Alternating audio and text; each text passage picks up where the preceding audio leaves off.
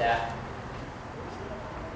VBS staff did a wonderful job, and I do want to especially recognize Joy. I know she's worked a lot in preparation in many months that before even VBS starting, and taking the lead. And Sam also, of course, working a lot behind the scenes and with baby and all. So really appreciate them.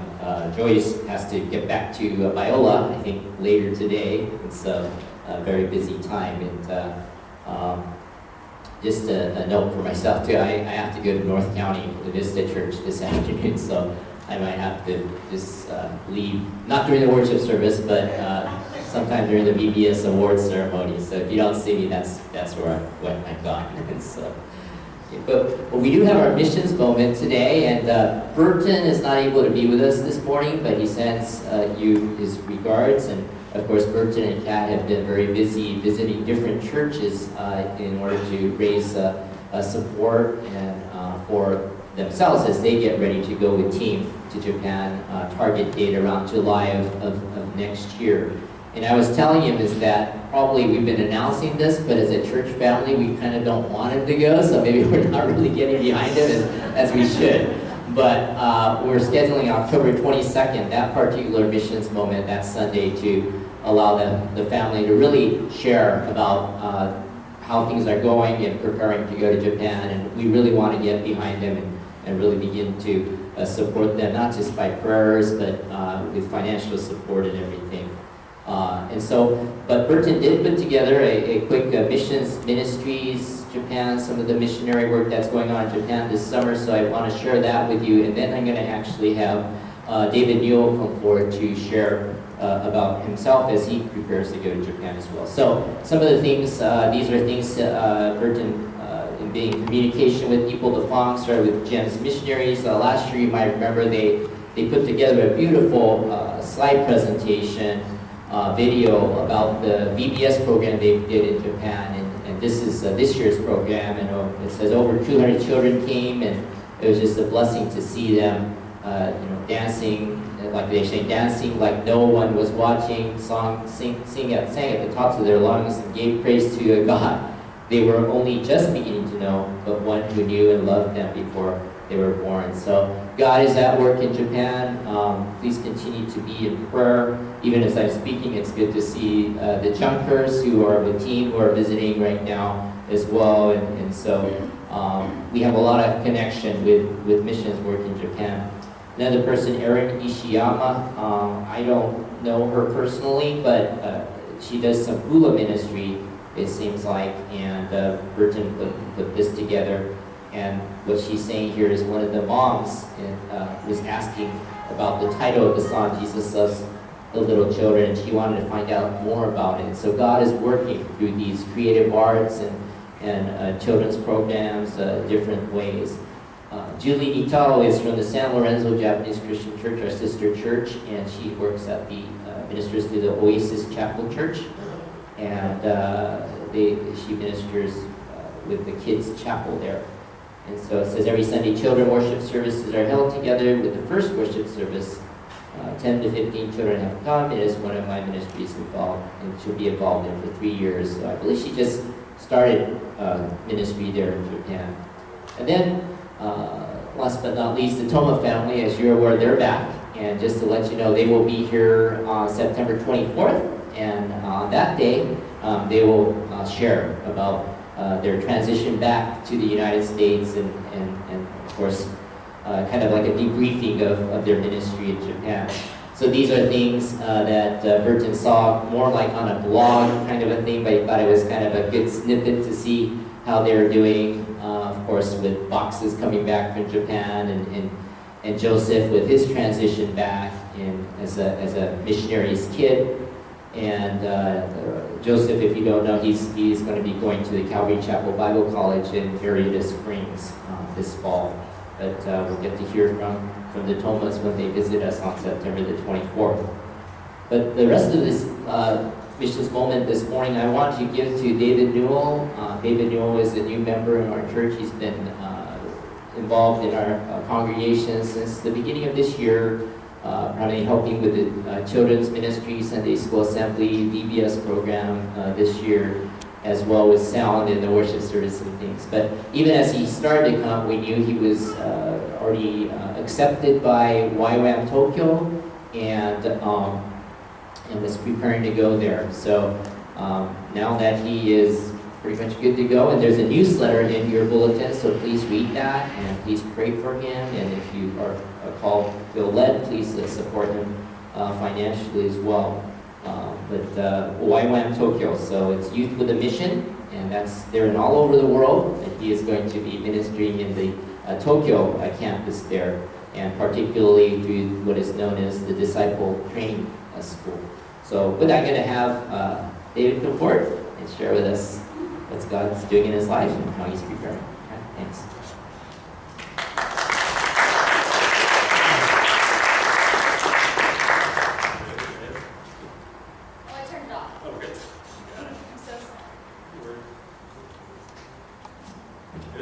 Good. Okay. So I just want to give a little background of YWAM, what it is. Youth with a Mission, like Pastor Ichibei said, they have several campuses, schools all around the world. And they really just, within the campuses, they like to really get established and reach the community. But also they have various things like, where I went, YWAM Maui, they had a surfing ministry where like surfers would go and they'd go to surfing locations and use that as a way to outreach there. Discipleship training school, which I took part in Maui. And what that was back in 2006, it was just something that helped you find your foundation in your belief in Christ as you prepare to go out on new missions. And they have people from various different backgrounds come in and speak to you and just prepare you for the path that's going out there in the world. And it's the DTS is 3 months of preparing for that, and then 3 months of going out to a country. For my outreach, the first month we got sent to Thailand, and during our time there, we were focused on really reaching the poverty area, orphanage, and things like that. And a funny story with that, with YWAM, is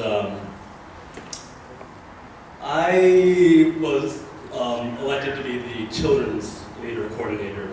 And so the reason why it's funny is I've always had a really good connection with kids, and I really liked it, but as I got older, I kind of wanted to get away from that. And when they brought up, like, let's pray who we should be like the leader of children's, I was like, not me.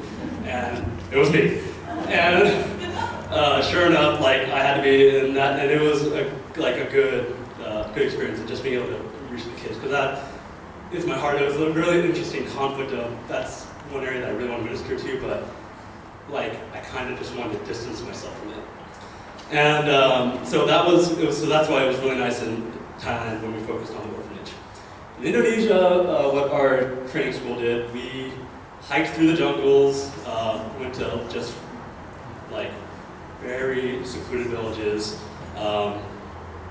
ate lots of weird things, and the highlight being that. But it was, you got to go around and you really just kind of help the very small Christian community and just encourage them, help them grow, and in some areas, like, help them get their churches going and just really help set the foundation. So that's what the Discipleship Training School is. This time, I'll be going to YWAM Tokyo as a staff member. And it's a 2-year commitment. The first year is really about getting you engrossed into the culture. They really just want you to just interact with people. They teach Japanese weekly, several classes a week. So they really just want you to really be a part of it and respect the culture and just really invest in it. And also what's really cool is YWAM Tokyo's belief is really prayer, worship as a foundation, and they focus on that. And it's cool because a lot of the leaders actually know quite a few of the leaders from when I did my school back in 2006. And my school focused a lot on prayer, like we did 24-hour prayers and things like that. And really getting to see God's work done that way. And so hearing that this is what they really like to focus on and really get that really encourages me. And the other thing that they really like to do is they want to reach the younger generation, kids, teenagers, young adults, through the arts. And that's something that's really been on my heart for just, I like to draw and I love youth and interacting with kids. So it's just like really hits home for me. And I really just want to be able to use that through there. And then the second year, you're still doing that, but you also, if they feel you're ready, you're asked to lead a team to various parts of Japan, and you'll do the same thing like the BTS, but instead of being as a student, you're a staff member, and you'll be in charge of your group, and just you'll be kind of more of an authority figure and be more in charge of just organizing and with the pastors and just really getting it all going. And so that's what YWAM is. They're really just want to get the word out there, and where it is, just really see it flourish. And I just want to actually take a little talk about this during this past year. So things didn't go quite as I planned when I got accepted to YWAM as to where I am now. And God's timing is perfect because it worked a lot of things in me that I kind of would just like kind of put off and things like that I needed to be worked out, and just kind of learn to put it all on God and trust Him. And one of the funniest things is it kind of ties in with what VBS learned today about the talents, and this struck a chord with me because having talents and using them for God. But I was like the guy who had one talent and didn't do anything with it. Good example, with my art, and this frustrated my cousin when, like, to go try to make any progress with it. When we went to Comic-Con, he's like, show your art. I sat there and was like, no. Like, I don't want to make myself vulnerable. I don't want to be judged. I'm not doing that. Like, but in my head, I'm like, I want to use my art to like witness to kids, get it out there. But then it's like the first step. I'm just like, no. And God really worked on that me, because in a funny situation, I won't be blunt. When I got the email for BBS asking for me to help and do skits, I was like, no, not skits. I hate skits. No. And and it was like just really funny. Like I had to sit there and I was like trying so desperately to think of a friendly excuse not to do it. I was like, I don't want to do that. But I just had to sit there and think back, I know this is where my heart is. I need to make steps forward. I can't just stay like that. And doing that, it's been really rewarding as a big part of this, and getting to know the kids better. It's just been really fulfilling. But talking about like my dream and like now using my talent, a big part of me since like when I first went to Japan in 2004, I felt called there. But I didn't really do anything to try to actually get there. I felt like the burden and everything like that, but I was just kind of like, yeah, the opportunity's passed, whatever, I'm just gonna get back here. So, going to Japan this past year with my friends, it was really cool because when I came back, I was overwhelmed by how much I realized I needed to be there. Like I was called there by God, and it was something that I've just been running for so long. And I went with my friend, my childhood friend, and after I dropped him off at his place, I asked my dad to drive the car back home, and I immediately just started crying because I was just like, I'm not supposed to be here. This is not right. And that was an amazing opportunity just to get the ball forward, because I had so many friends and family just really were like, you're supposed to do this.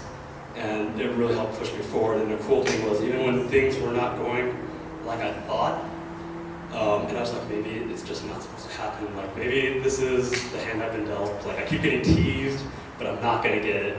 YWAM Tokyo, because when they had accepted me, I explained my situation.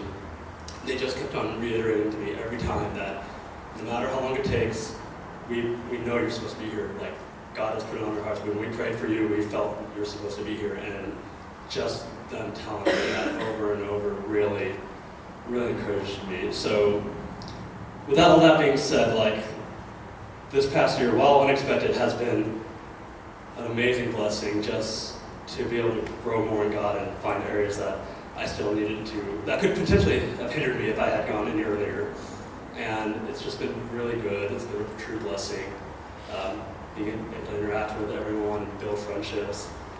And I'm really excited for the journey ahead. I leave September 22nd. And it's, like I said, it's a 2-year commitment.